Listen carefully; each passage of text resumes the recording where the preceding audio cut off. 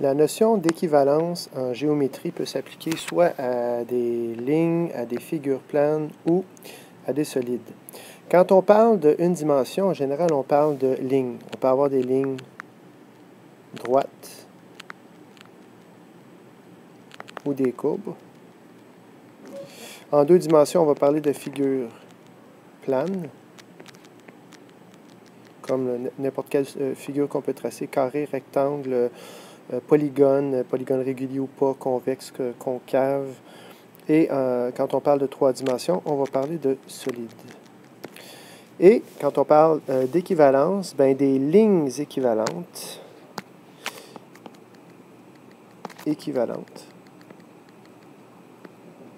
ont la même longueur. Donc, que j'aie une ligne courbe comme ça ou une droite comme ça, si je les mesure, elles ont la même longueur, elles sont équivalentes. Pour les figures planes, les figures équivalentes ont la même aire. Alors qu'il s'agisse d'un triangle et d'un cercle, si elles ont la même aire, elles sont équivalentes.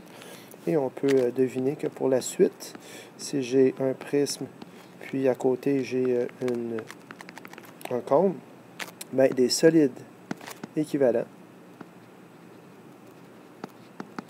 ont le même volume. En retenant ces définitions-là de lignes équivalentes, figures équivalentes et solides équivalents, et ce sont surtout en fait les figures équivalentes et les solides équivalents auxquels on va faire appel en 4e secondaire, on est en mesure de débloquer des problèmes en équivalant l'aire de un avec l'aire de l'autre, ou le volume de un avec le volume de l'autre. Voilà.